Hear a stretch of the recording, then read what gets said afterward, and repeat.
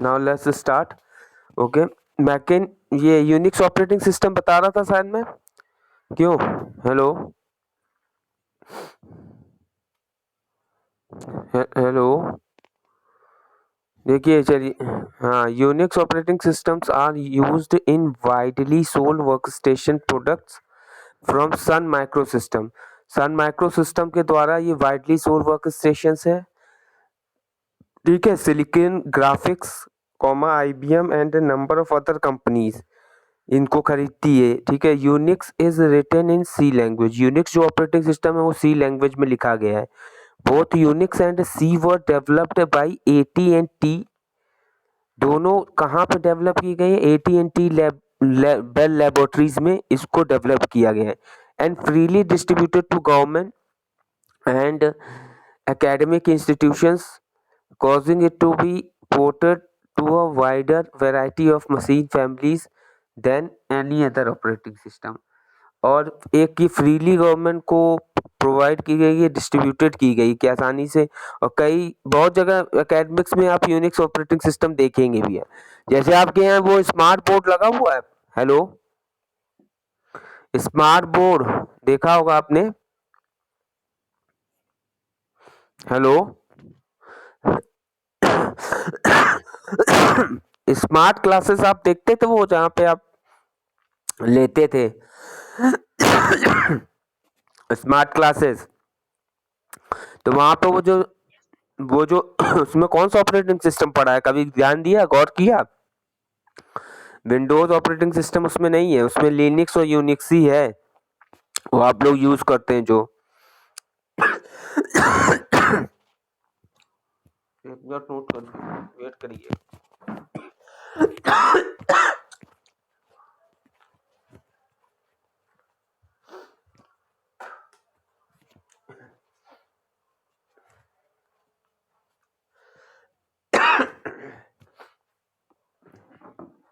तो आपने वो जो स्मार्ट क्लासेस में जो भी पड़ा हुआ है हमारे पास, वो कौन सा है? वो उसमें यूनिक्स ऑपरेटिंग सिस्टम और लिनक्स पड़ा हुआ है। लिनक्स यूनिक्स का ही एकदम सेम वर्जन होता है लिनक्स, ठीक है। तो इनको एकेडमिक्स में इनको use causing it to be ported a wider variety of machine families than any other operating system. As a result, Unix became synonymous with open system, इसलिए इनको ओपन सिस्टम भी कहा गया है। आई बात समझ में? इसके बाद आता है मैकिन्टॉश। यहाँ तक क्लियर? हेलो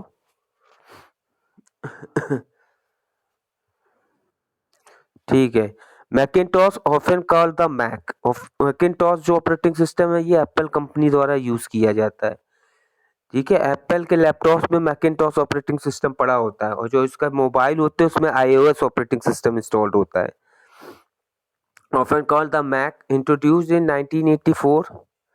1984 में इंट्रोड्यूस किया गया by Apple computer, was the first widely sold personal computer with a graphical user interface, ठीक है।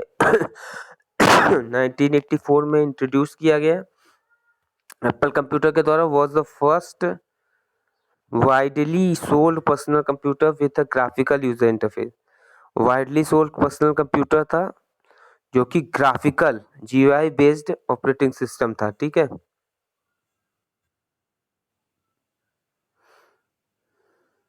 The Mac was designed to provide users with a natural, intuitively understandable and in general user friendly, ठीक है। तो जो Mac design किया गया था, designed to provide users with a natural intuitively understandable, ठीक है। नेचुरली डिज़ाइन किया गया था, अंडरस्टैंडेबल था, in general user friendly computer interface था। This includes the mouse, the use of icons or small visual images to represent objects or actions, the point and click and drag actions, and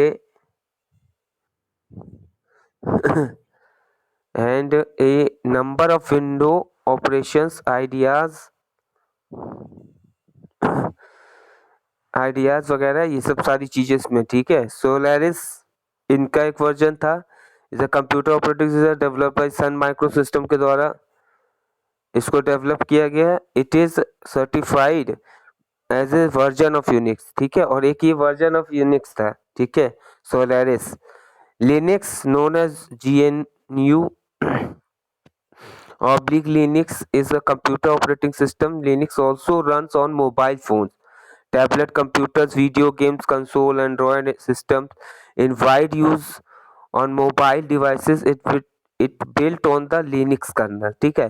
तो Linux एक operating system है, देखिए ये mobile पे भी installed होता है, और हमारे यहाँ स्मार्ट बोर्ड्स में तो जो लगा हुआ है उसमें भी ये लिनक्स ऑपरेटिंग सिस्टम इंस्टॉल्ड है, ठीक है। क्लियर है सबको यहाँ तक, किसी को कोई डाउट? मॉर्निंग, ठीक है, चलिए आगे बढ़े फिर। ओके, माइक्रोसॉफ्ट विंडोज के बारे में अब हम देख लेते हैं। Is a family of operating system of, देखिए माइक्रोसॉफ्ट का प्रोडक्ट है विंडोज ऑपरेटिंग सिस्टम। तो Windows operating system is a product of Microsoft for use on personal computers, ठीक है, पर्सनल कंप्यूटर्स में हम इसको यूज करते हैं। although versions of Windows designed for servers, बहुत से वर्जन है विंडोज के जो डिजाइन किए गए सर्वर के लिए, embedded devices and other platforms also exist. Windows NT पहला सबसे इसका नेटवर्किंग के लिए ये वर्जन आया था। विंडो 98 सबसे पहला वर्जन था। विंडो फिर 2000 विंडो XP आर, ठीक है। Window XP is the most popular operating system having multitasking, ठीक है। विंडो XP आप जानते ही हैं, विंडोज XP तो हम लोग यूज भी करते हैं, जो हमारे यहाँ कंप्यूटर लैब में पड़ा हुआ है, ठीक। Most popular operating system having multitasking capabilities, ठीक है।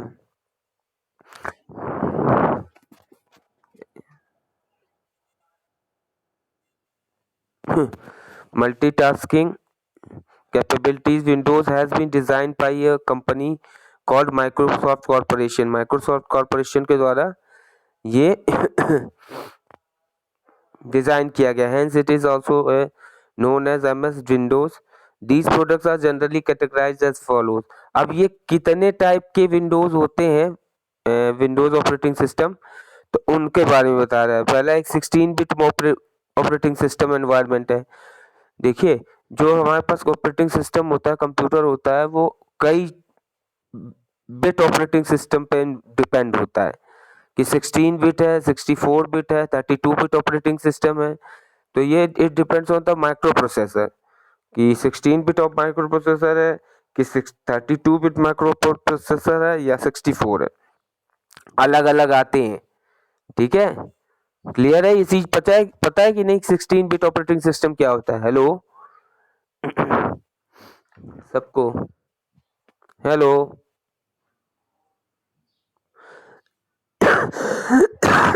क्या होता है बताओ? शिवांग तिवारी बताओ बेटा।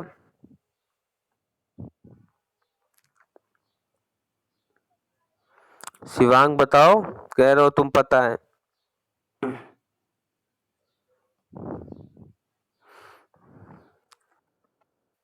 Good morning. चलिए देखिए 16 bit operating system environment, operating system is that is capable of transferring 16 bit of data। ऐसे 16 बिट ऑपरेटिंग सिस्टम एनवायरनमेंट में क्या होता है कि 16 बिट का डेटा 16 बिट का डेटा एक साथ ट्रांसफर होता है, ठीक है। As a earlier version of Windows are example of 16 bit operating system.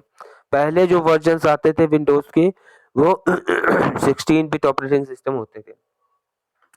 इसके बाद देखिए hybrid 16/32 bit operating system environment, ठीक। इसमें क्या है, operating systems are capable of transferring 32 bits of data. इसमें 32 bit of data at a time जाता है एक बार में, वो 32 बिट ऑपरेटिंग सिस्टम होता है। इसका अच्छा एग्जांपल क्या है, OS/2 और विंडोज NT के बेस्ट एग्जांपल थे 32 बिट ऑपरेटिंग सिस्टम के, ठीक। Often versions of Windows that is 32 bit are referred to as WOW32.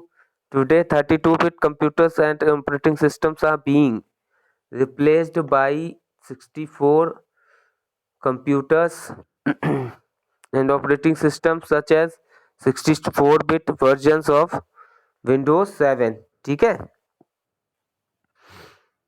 इस तरीके से। फिर 64 बिट में भी मतलब at a time of 64 bit का डेटा जा सकता है। आई बात समझ में? Clear?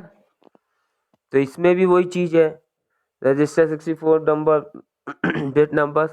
A generalization would be to suggest that 64-bit architecture would double the amount of data a CPU can process per clock cycle.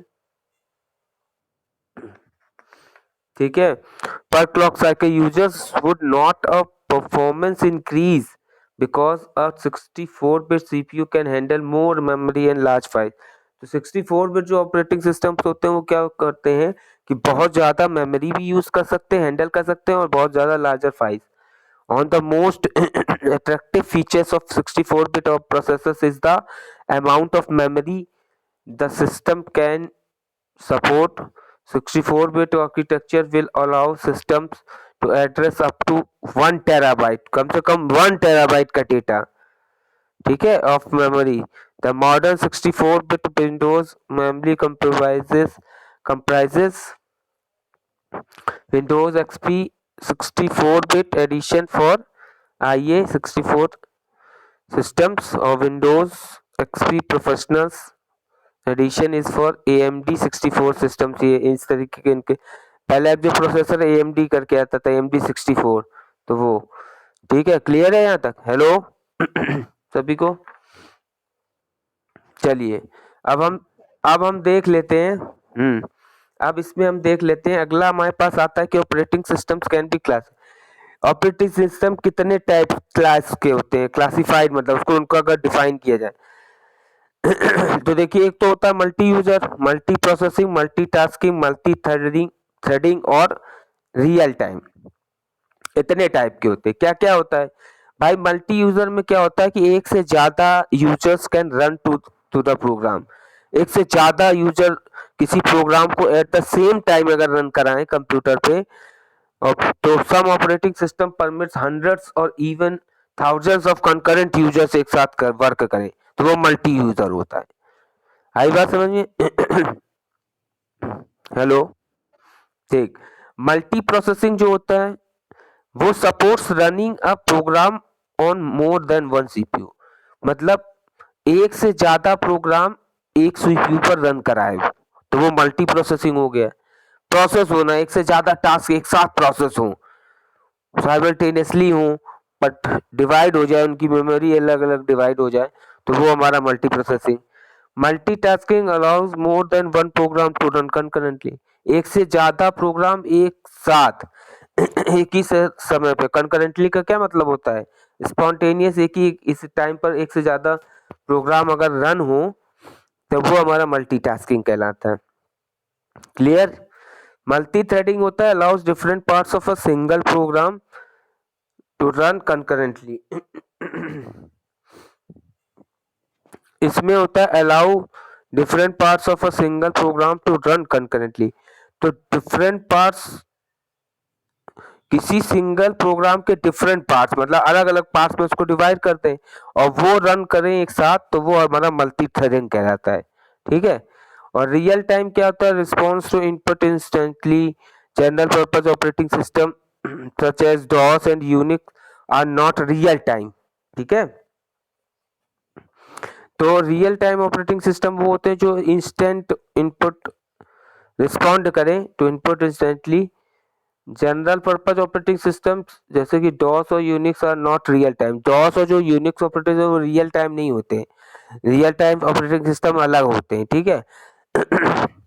आई बात समझ में? क्लियर? हेलो? हम्म, चलिए।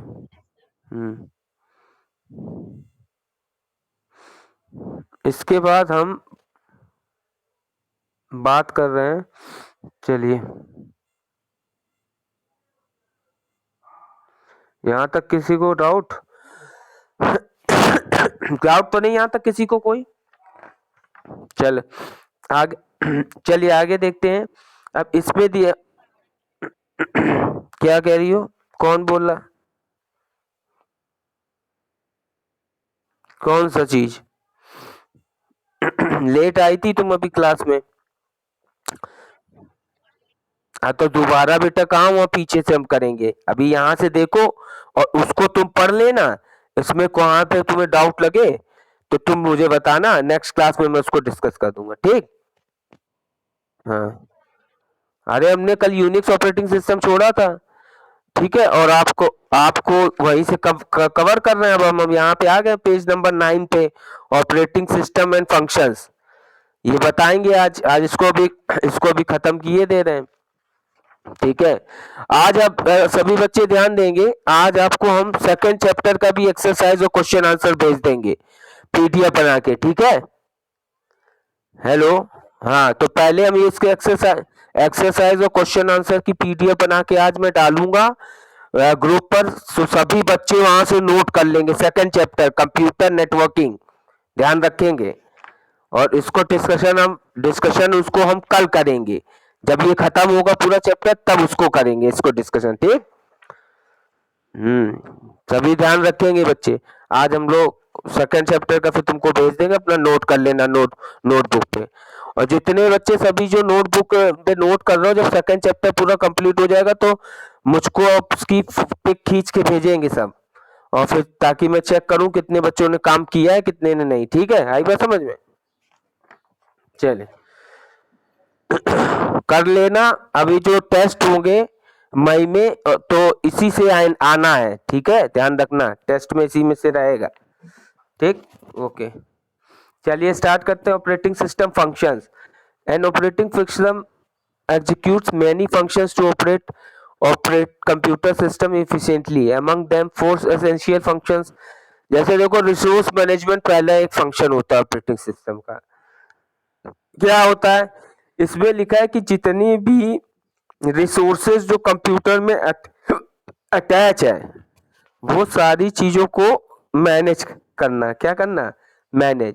N operating system manages a collection of computer hardware resources by using a variety of programs. It manage computer system resources including its CPU, primary memory जैसे हो गया, virtual memory हो गया, secondary storage devices हो गई, input output peripherals हो गए, और अदर डिवाइसेस। तो इन सबको मैनेज करने का काम भी ऑपरेटिंग सिस्टम का है, ठीक है। तो इसीलिए रिसोर्स मैनेजमेंट पहली है। आइए पेज नंबर 10 पे। टास्क मैनेजमेंट क्या होता है? टास्क मैनेजमेंट ये होता है कि जो एक के बाद एक टास्क हम लोग कंप्यूटर को देते हैं तो उनको मैनेज करना। किस टास्क की प्रायोरिटी लेवल हाई है, किसकी लो है, तो हाई वाला पहले एग्जीक्यूट होगा, लो वाला बाद में एग्जीक्यूट होगा। ये सब किस में आ जाता है? टास्क मैनेजमेंट में आ जाता है। किस में आता है? टास्क मैनेजमेंट में। क्लियर हुई बात? हेलो पढ़ना इसमें लिखा हुआ है कि the function of the operating system that controls the running of many tasks, ठीक है, it manages one program or many programs within a computer system simultaneously एक साथ। that is this function of operating system manages the completion of user task। a task management program। ये आवाज नमन गुप्ता अपना mic off करे। नमन Gupta. task or many programs within a computer system simultaneously, that is this function of operating system manages the completion of users task। The task a task management program in a operating system provide each task and interrupts the CPU operations to manage the task efficiently एक साथ, ठीक है। Task management में involve in multitasking capability. जो task management है वो multitasking capability को लेके चलते हैं, इन्वॉल्व हो रहता है उसमें एक साथ, क्योंकि एग्जीक्यूट होने का काम है। इसके बाद आता है फाइल मैनेजमेंट। तो ये भी फंक्शन ऑपरेटिंग सिस्टम का है, that manage data files. An operating system contains file management program. File management program भी कंटेन करता है that provide the ability to create file, create करना, डिलीट करना, enter, change, ask and access of files of data, ये सब file management का काम। They also produce reports on a file, also हम प्रोड्यूस करते हैं रिपोर्ट्स ऑन अ फाइल पे, ठीक है। यूजर इंटरफेस, यूजर इंटरफेस क्या होता है कि ये भी एक ऑपरेटिंग सिस्टम का फंक्शन है that allows users to interact with the computer. मतलब अगर डेस्कटॉप होगा, यूजर इंटरफेस होगा, तभी तो यूजर से इंटरेक्ट कर पाएगा, ठीक। यूजर इंटरफेस प्रोग्राम में इंक्लूड कॉम्बिनेशन ऑफ मेन्यूज हो जाते हैं, स्क्रीन डिजाइन हो गया, कीबोर्ड कमांड्स हो गए, सारे ये सब, ठीक है। Load programs files and complete other task, ठीक। क्लियर यहाँ तक? हेलो?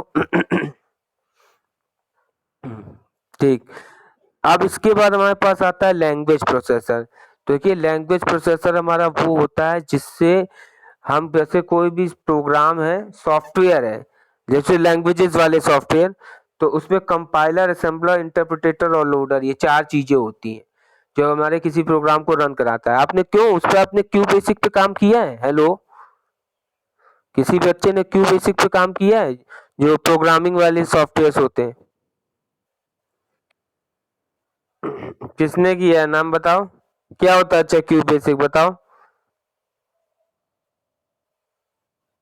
हेलो? अभी कौन कह रहा था ये सर? हेलो?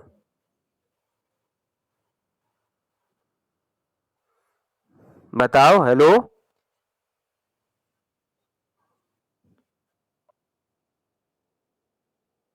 पता नहीं, पता नहीं, पता नहीं, फिर फर्जी क्यों बोलते हो भाई जब नहीं मालूम है? काम ही नहीं किया है तुमने अभी उस पर। पिछले साल बच्चों को, खैर अब क्लास ही नहीं हो रही तो कहाँ से करोगे तो। चलो, देखना ये सब लैंग्वेजेस वाले होते हैं प्रोग्राम, सी, जैसे सी, सी प्लस प्लस, ये आगे चल के आप सीखोगे लैंग्वेज में। एक क्यू बेसिक एक सॉफ्टवेयर होता है, उसको इंस्टॉल कर दो तो उस पर प्रोग्राम आप छोटे मोटे बना सकते हो, जैसे 2 नंबर के ऐड का प्रोग्राम बनाना, ये सब। तो वहां पर इस लैंग्वेज प्रोसेसर का यूज होता है। तो वो ये देख लीजिए, बता रहे हैं programmers right software in variety of languages. बहुत से प्रोग्रामर्स होते हैं जो सॉफ्टवेयर को राइट करते हैं तो वैरायटी ऑफ लैंग्वेजेस का यूज करते हैं। All instructions executed by computer must be in machine code, ठीक है। तो जितने भी इंस्ट्रक्शंस होते हैं वो कंप्यूटर्स पे मशीन कोड में लिखे जाते हैं, एग्जीक्यूट कराए जाते हैं, क्योंकि कंप्यूटर डिजिटल मशीन है, केवल जी बाइनरी डेटा को रीड करता है, 0 1, ठीक है। तो इस तरीके से language translator performs the translation of high level language और assembly language into machine language, ठीक है। तो लैंग्वेज ट्रांसलेटर जो है performs the translation of high level language और असेंबली लैंग्वेज को किसमें कन्वर्ट करता है? मशीन लेवल लैंग्वेजेस में। चेक, ठीक है। They check for and identify some types of error that may be present in the program being translated, ठीक है। कोई अगर एरर होगी तो उसको शो कर देगा, फिर आप उसको दूर करें तब वो प्रोग्राम रन करेगा, इस तरीके से, ठीक है। क्लियर यहाँ तक? तो अब इसमें क्या क्या होता है, जैसे कंपाइलर एक हमारे पास है। हेलो? कंपाइलर में it is a translator system program use to translate, ये क्या करता है, हाई लेवल लैंग्वेज को मशीन लेवल प्रोग्राम में कन्वर्ट करता है। कौन? कंपाइलर। कंपाइलर क्या करता है, एक बार होल प्रोग्राम को एक बार में रीड करता है, अगर उसमें कोई एरर होगी तो वो यूजर को शो कर देगा, और पूरा एक बार में रीड करके उसकी कंपाइल फाइल बना के फिर उसको एग्जीक्यूट कर देता है, तो उसकी एग्जीक्यूटेबल फाइल बन जाती है, ठीक है। अभी इतना ही समझो, बाकी स्कूल खोलेगा तो लैब करेंगे तो समझाएंगे, ठीक है। आ रही है बात समझ में, कंपाइलर का क्या काम है? असेंबलर क्या करता है, ये असेंबली लैंग्वेज जो पहले आती थी उनको हाई लेवल लैंग्वेज में कन्वर्ट करता था, ठीक है। तो नहीं, असेंबली को मशीन कोड में, मतलब मशीन कोड में कन्वर्ट कर देता है। इंटरप्रिटेटर क्या करता है, इंटरप्रिटेटर का काम होता है किसी भी प्रोग्राम को लाइन बाय लाइन रीड करना, लाइन बाय लाइन रीड करके वो वहां से उस प्रोग्राम को कि लाइन बाय लाइन में अगर किसी भी लाइन में एरर आ जाएगी वहीं रुक जाएगा वो, पहले उसकी एरर दूर करो तब आगे वो बढ़ेगा, तो वो इंटरप्रिटेटर का काम होता है। Use to translate high level language program into machine code, but it translate and execute line by line. देखिए लिखा है इसमें। इसके हेलो। अब लोडर की बात अगर हम करें तो it is a program, system program use to store the machine language program. तो ये क्या करता है, मशीन लैंग्वेज प्रोग्राम को स्टोर करता है into the memory of the computer, computer के मेमोरी। तो जैसे बहुत से ऐसे प्रोग्राम होते हैं जो लोडर होते हैं, ठीक है, तो वो लोड करता है प्रोग्राम को, पहले उठाएगा स्टोर करेगा मशीन लैंग्वेज में, ठीक है, और into the memory of the computer, उसमें इसको उनको स्टोर करेगा, ठीक है। Application software,